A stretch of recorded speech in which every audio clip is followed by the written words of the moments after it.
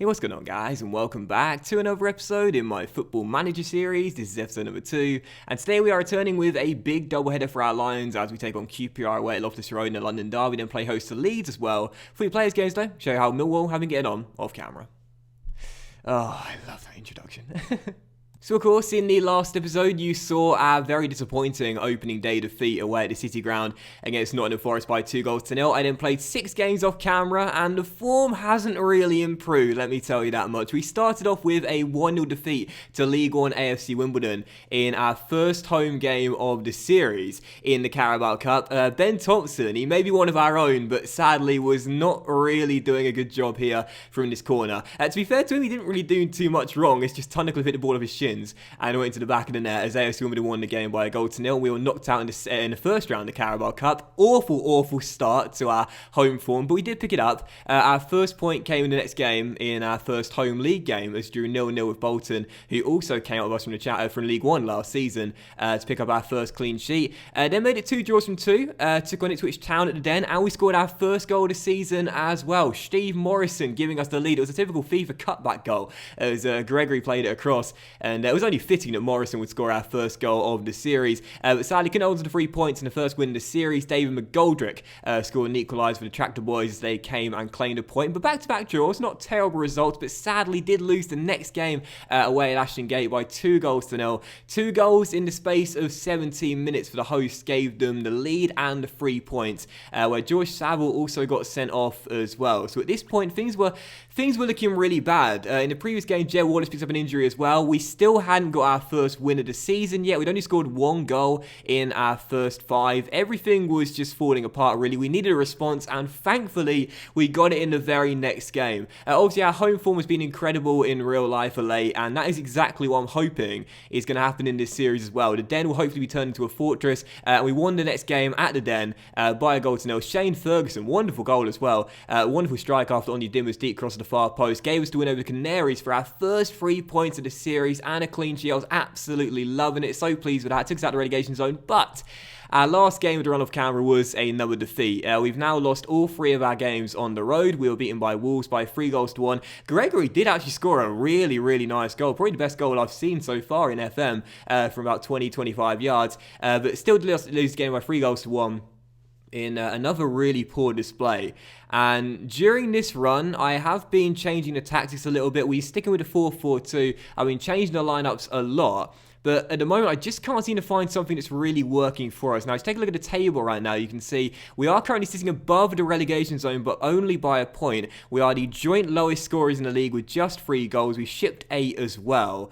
And 1 win in 6 is not really great form. I mean, we are above the drop zone just, but due to our goal difference being quite poor as well, I'm a little bit worried today. If we lose to QPR away at Loftus Road, we're in fine form, and Leeds at home as well, we'll be in the drop zone. 1 win in 8, it's not going to be looking good. So, let's just dive into the first game. Wallace is back, but I'm not sure I'll play him. I had him in the under-23s game during midweek, so he won't be fit for the game. But at the moment, this is how the tactics are currently looking. We're staying with a 4-4-2, as you can see. But I asked one of my friends who plays FM a lot more than me, and he said you've got to start using inverted wingers this year, not just traditional wingers. So that's exactly what I've done, using inverted wingers with Onyedima and Ferguson down the right and left-hand side respectively. And as for the mentality, that changes game by game, but I don't like starting on counter because that's not really working for us right now. So it's either standard control or attacking based on how I'm feeling. And as for the tactics, as you can see, we have changed up a little bit. We're not more direct in our play anymore. We're not dropping our defensive line and inviting more pressure. We're still closing down a bit more. We're playing a bit narrower though, trying to be a little bit more central in our play, whilst also playing out of defence and looking for the overlap from our 2 attacking fullbacks. But for the game, I'm going to make a couple of changes due to a really poor defeat away at Wolves. We're going to put McLaughlin back in for Romeo down the right-hand side, and I think I might possibly put in George Saville for Ben Thompson as well. Might be one of our brightest young talents, but it's been a relatively tough start for Thompson, so I think I might make that change. Should I make any more, or should we go with that lineup? No, I'm okay with that lineup. So, Archins in goal, back for Meredith, Cooper, Shackle, and McLaughlin. Hutchinson, by the way, got an injury, that's why he's not playing. We've got Ferguson on the left-hand side, Onyedima on the right, and Saville and Williams are in the middle of the park. And up top together, Lee Gregory and Steve Morrison have 1 goal each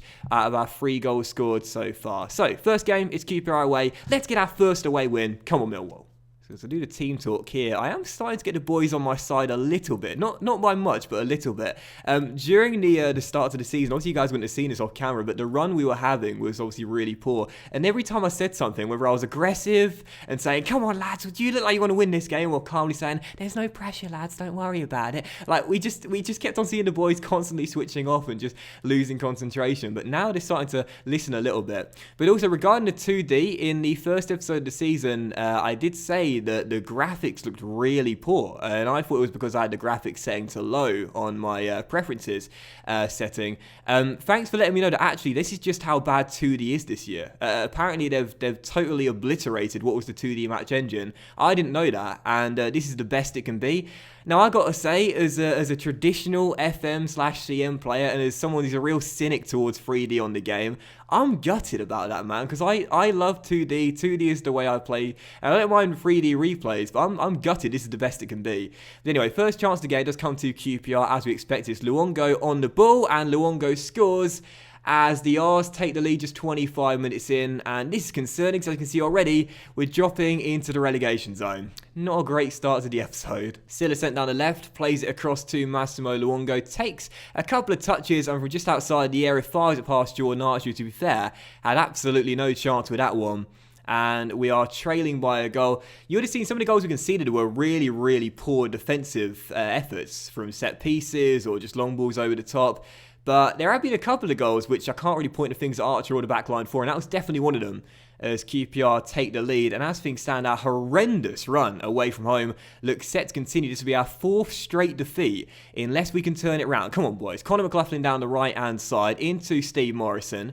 Morrison across to Ferguson has the pass cut out, and away go QPR with Smith flicking onto Silla, who is away, and that was horrible. Well wide the post. Thank goodness for that let-off. We are really struggling on the road. Obviously, you do need to take this poor run of form into consideration. I did say at the start of the season that, realistically, just keeping our heads above the drop zone was the best we could expect, really. And with me being a poor Football Manager player as well, yes, finally we get a bit of luck. We've had some bad luck to start the season off. We got a bit of bad luck. Sorry about that. I was saying, because I'm not a great Football Manager player, just keeping ourselves above the relegation zone is the best we can expect, the best I could do, and I would take that. And finally we get a bit of luck in our favour. Now, we've had some bad luck to start the season off with deflected goals and just some really poor moments that haven't gone our way, but Gregory's cross deflects off Robinson into the back of the net, 1-1, back on level terms just for the break. Come on. That really does sum it up, doesn't it? Like, the first goal we score on camera in the series, and it's just the flukiest goal you've ever seen. I'm going to say at the break, unlucky boys, things just haven't gone right for us so far. We've motivated a few of them. The boys are beginning to listen a little bit. I like that a lot. And as we're tied at 1-1, you never know. Maybe we can get our first point away from home. Maybe even all 3. Maybe I'm being a little bit too optimistic. But 1-1, come on the boys. Let's at least get a point here. First highlight of the second half as we're now tied at 1-1. I'd love us to hold on to a point in this game. Or maybe get all 3 on Yedima to Morrison. And Steve back towards Sean Williams. Now Fred on the ball again as a man out wide of McLaughlin decides to take it on himself down the right-hand side and cross to the middle. There is Gregory, flicks it down. Morrison, yes!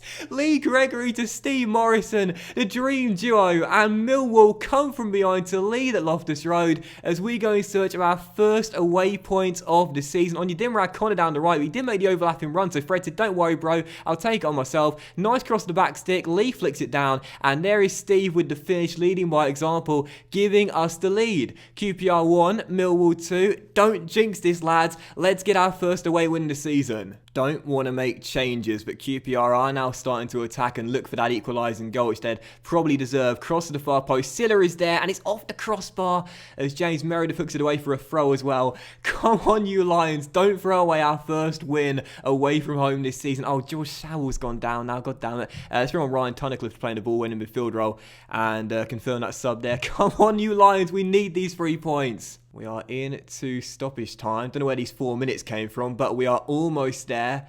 Almost there. Come on, lads. Hold on. Don't want to make any changes despite Gregory picking up a slight knock there. Come on, ref. Where is that final whistle? Give us our first away victory of the season. Oh, Jordan Archer with a save on Jamie Mackie, and that should do it. That should do it.